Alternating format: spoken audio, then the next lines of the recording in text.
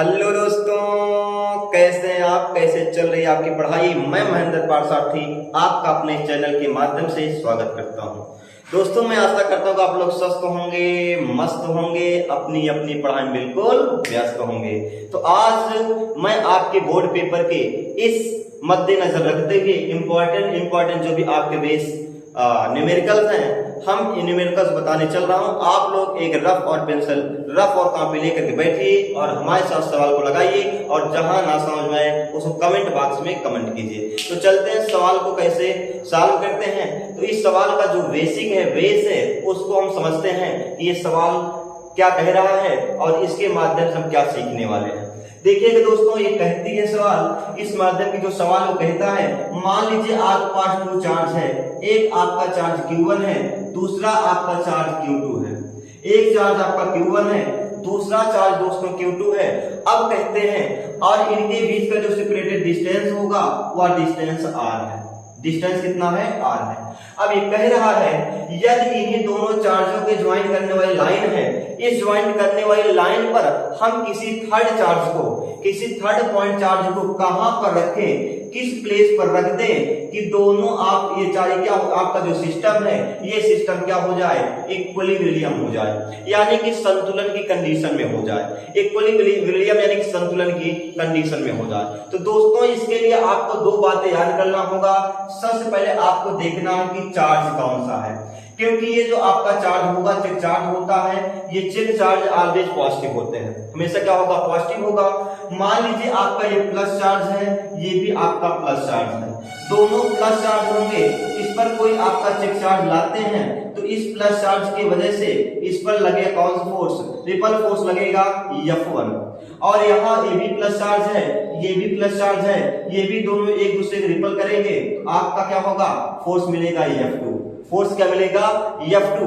तब आपका जो P होगा, P पर जो लगने वाला फोर्स होता है दोस्तों, वह हमेशा, क्योंकि डायरेक्शन चेंज है, दोनों चार्जों का डायरेक्शन चेंज है, इसीलिए F1 माइनस F2 कर देते हैं। चूंकि आपका रिजल्टेंट फोर्स आपका 0 होता है, रिजल्टेंट फोर्स आपका यहाँ पर 0 होना चाहिए, तभी आपका इक्विलिब्रियम माना जाएगा। रिजल्टेंट फोर्स क्या होना चाहिए? 0 होना चाहिए, संतुलन 0 होगा, तभी आपका इक्विलिब्रियम आपका माना जाएगा। तो F का मान जब 0 हो जाएगा तो F1 बराबर F2 करके आपको सॉल्व करना है। कब? जब दोनों चार्जों का डायरेक्शन क्या हो? चेंज हो, यानी डिफरेंट हो, तब। लेकिन दोस्तों, मान लीजिए एक आपका प्लस है, एक आपका माइनस चार्ज है, ये चार्ज आपका माइनस हो जाता है, तो इस कंडीशन हम क्या करेंगे? इस कंडीशन में कोई दिक्कत मत लीजिएगा। अब ये Q1 के द्वारा आपका Q क्या होगा? रिपल हो जाएगा, अर्थात इसका जो डायरेक्शन होगा इधर हो जाएगा। लेकिन ये प्लस चार्ज, ये माइनस चार्ज, ये क्या करेगा? प्लस चार्ज को अपने अट्रैक्ट करेगा, तो इसके द्वारा जो लगने वाला फोर्स होगा F2, इसके द्वारा अट्रैक्ट हो जाएगा। जब कभी भी दोस्तों आपको एक ही डायरेक्शन दोनों चार्ज मिलता है तो यहाँ पर दोस्तों याद करिएगा, जो आपका रिजल्टेंट फोर्स होगा वह हमेशा F1 प्लस F2 हो जाएगा। अर्थात यहाँ पर क्योंकि इक्विलिब्रियम के बारे में यहाँ पर 0 हो जाएगा, तो F1 प्लस F2, अतः F1 is equal to minus F2 करके सवाल को सॉल्व करते हैं। यही इसका बेसिक तरीका है। अब इसी तरीके के आधार पर हम इस सवाल को सॉल्व करेंगे। एक बार सभी लोग ध्यान दीजिएगा, सवाल को पढ़ते हैं। सवाल क्या कह रहा है? मान लीजिए ये two fix point charge plus Q and plus E, आपके टू फिक्स पॉइंट चार्ज है। एक आपका चार्ज मान लेता हूं Q1 यहाँ है, जिसका जो मान दिया गया 4E दिया गया है।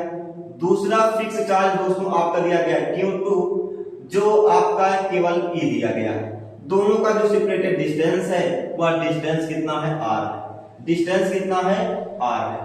अब हम लेट करते हैं। अब यहीं पर हम मानते हैं कि मान लीजिए Q1 चार्ज से x डिस्टेंस पर कोई एक आपका पॉइंट P है, कोई एक पॉइंट P है जिस पर एक आप चेक चार्ज Q को रखते हैं। और इसके ऊपर चार्ज को रखेंगे इस कंडीशन में, यहाँ पर जो आप जब चार्ज आपका x डिस्टेंस होगा तो यहाँ पर आपका जो क्या हो जाएगा? सिस्टम इक्विलिब्रियम हो जाएगा। अब इसका डिस्टेंस x हो गया, तो दोस्तों इसका डिस्टेंस क्या हो जाएगा? R minus x। लेकिन देखते हैं कि इसके बीच जो लगने वाला फोर्स है, उस फोर्स का डायरेक्शन क्या होगा। अब प्लस 4E प्लस ये भी है, प्लस ये भी है प्लस ये भी है, तो इसके द्वारा जो लगने वाला फोर्स होगा रिपल होगा, अर्थात F1 लगेगा। ये भी प्लस चार्ज है दोस्तों, ये भी प्लस चार्ज है। इन दोनों चार्जों के बीच में लगने वाला इलेक्ट्रोस्टैटिक फोर्स क्या होगा? रिपल होगा। रिपल से फोर्स क्या होगा? आपका F2 डायरेक्शन में हो जाएगा। तो दोस्तों हमने बताया था जब दोनों चार्जों का डायरेक्शन डिफरेंट हो, अपोजिट हो, उस कंडीशन में हम निकालते हैं resultant force F is equal to F1 plus F2। क्योंकि इक्विलिब्रियम की कंडीशन में F का मान 0 होता है तो 0 हो जाएगा, तो F1 plus F2 sorry negative है, यहाँ पर माइनस हो जाएगा क्योंकि डायरेक्शन चेंज है। F2 अर्थात F1 बराबर दोस्तों क्या मिल जाएगा? F2। F1 बराबर क्या मिल जाएगा? F2।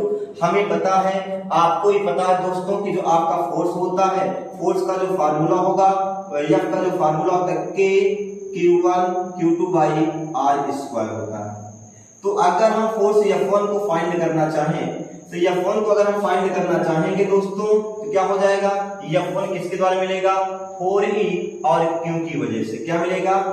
K Q 4 क्या लिया? 4E into Q by distance कितना है? X का स्क्वायर। और F2 को जो हम फाइंड करेंगे तो क्या हो जाएगा? Q और E के बीच में लगने वाला फोर्स लिया जाएगा इसमें, तो मिलेगा K E into Q by R minus X का स्क्वायर। तो दोस्तों कोई दिक्कत नहीं, हमने बताया दोनों फोर्स आपस में क्या होना चाहिए? इक्वल होना चाहिए। तो हम यहीं पर कर देंगे F1 is equal to F2। तो जो F1 की वैल्यू मिलेगी है K 4E Q by X का square is equal to K E Q by R minus X का स्क्वायर।